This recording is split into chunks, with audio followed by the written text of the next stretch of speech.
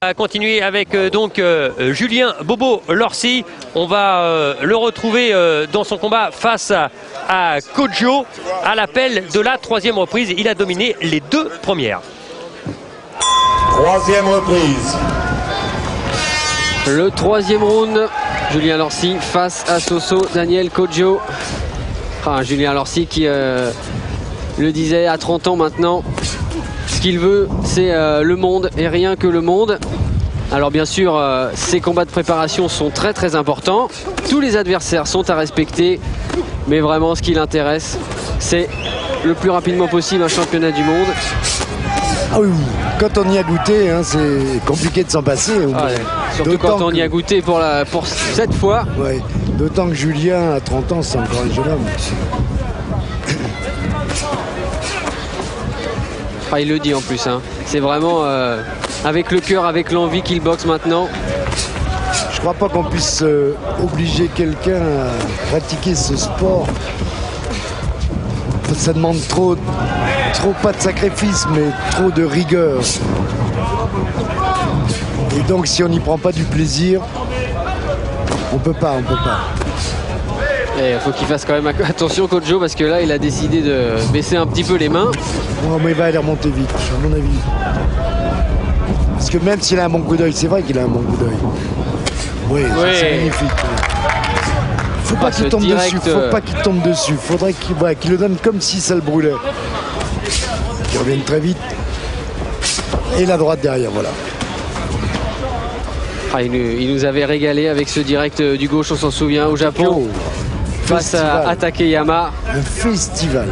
C'était un véritable coup de piston. Et c'était l'arme idéale, d'ailleurs, l'uppercut aussi. Parce que Takeyama rentrait, attaquait sans cesse. Il était très offensif et la meilleure tactique, c'était ça. Là, c'est différent. Il te répète un petit peu toutes les gammes. Travaille en reculant, travaille de façon offensive. Puis on le sent, hein, c'est appliqué qu'il veut effectuer ce combat.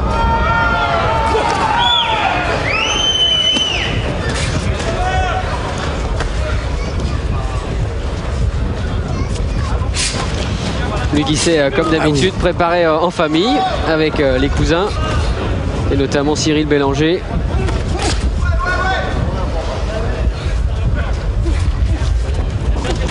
Il tombe sur les coups maintenant, Kodjo. Il y a un peu de fatigue. C'est vrai que le rythme de ce combat était très rapide. Et puis c'est vrai que rencontrer un champion comme Julien Lorcy, c'est pas une partie de plaisir. C'est vrai, c'est même un honneur pour Kodjo.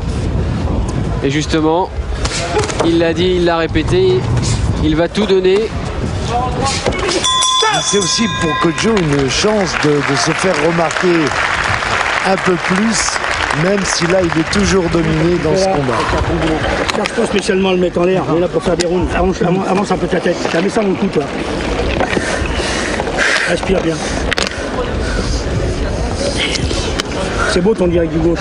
Ton direct du gauche, tu fais le droit. Tu la vois encore plus vite avec. Ta main gauche, elle doit être en haut. T'as compris? Ta main gauche, elle doit être en haut. Ok? Dès qu'il met, tu remises. Dès qu'il met, tu remises. C'est tout. Voilà.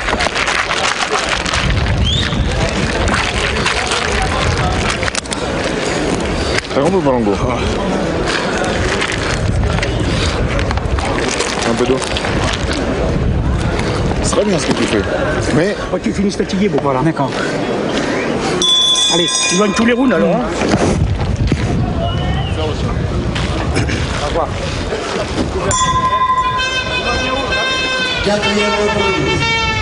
Et on retrouve Julien Lorcy et Soso Kodjo à l'appel de la 4e reprise. Avec un combat dominé par Julien Lorcy, mais c'est vrai que vraiment la réplique de Kodjo est de qualité. Ouais, elle est de qualité, absolument. Même si pour l'instant, on peut considérer que Julien a gagné les 3 premiers rounds, la réplique est intéressante. Il vend chèrement sa peau et on le voit là. C'est exactement l'impression qu'il nous avait donnée face à Brahim Asloum à l'entraînement. C'est un battant. C'est du solide, c'est du sérieux. Et là, il a décidé de prendre les choses en main là.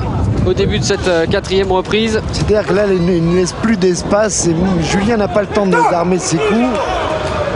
Attention au coude. La réprimande de l'arbitre sur les dangers des coups de coude. Oh, lui percute encore. Et quand il est plus près, il ne peut pas l'armer son uppercut, Julien. Ouais, il faut donner le direct du gauche le premier. Voilà. Anticiper. Voilà, encore. Mais c'est bien, au moins ça suit. Oh, et voilà. Voilà ce qui arrive. Sur une droite.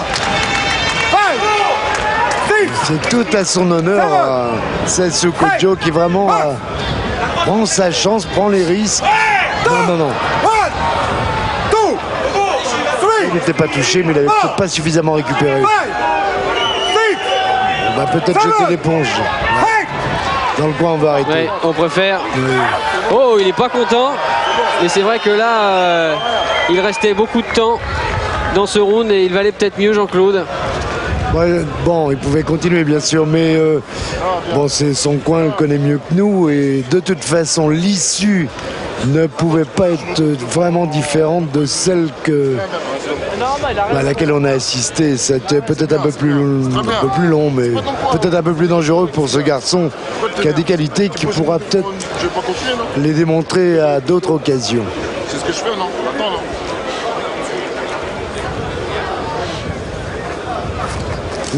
Là, c'est un manque de maîtrise de la part de Julien, parce que Kojo était à terre. C'est vrai que le coup était armé, mais avec son expérience, normalement, il aurait pu s'abstenir, on va dire. Allez, c'est pas grave. C'est peut-être pas très important dans la carrière de Julien Orsi, mais ça lui a permis de se situer là, à un carrefour peut-être d'une décision à prendre dans une autre catégorie. Savoir comment il pouvait réagir.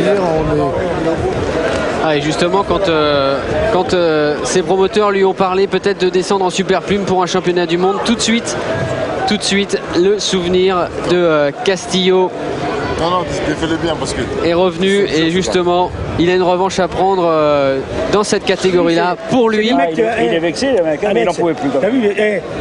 Parce que c'est vrai que ces deux nuls face à Castillo, il les a encore en travers de la gorge. C'est sûr. Parce que pour lui, cette ceinture mondiale des super plumes, il l'avait acquise, mais bon.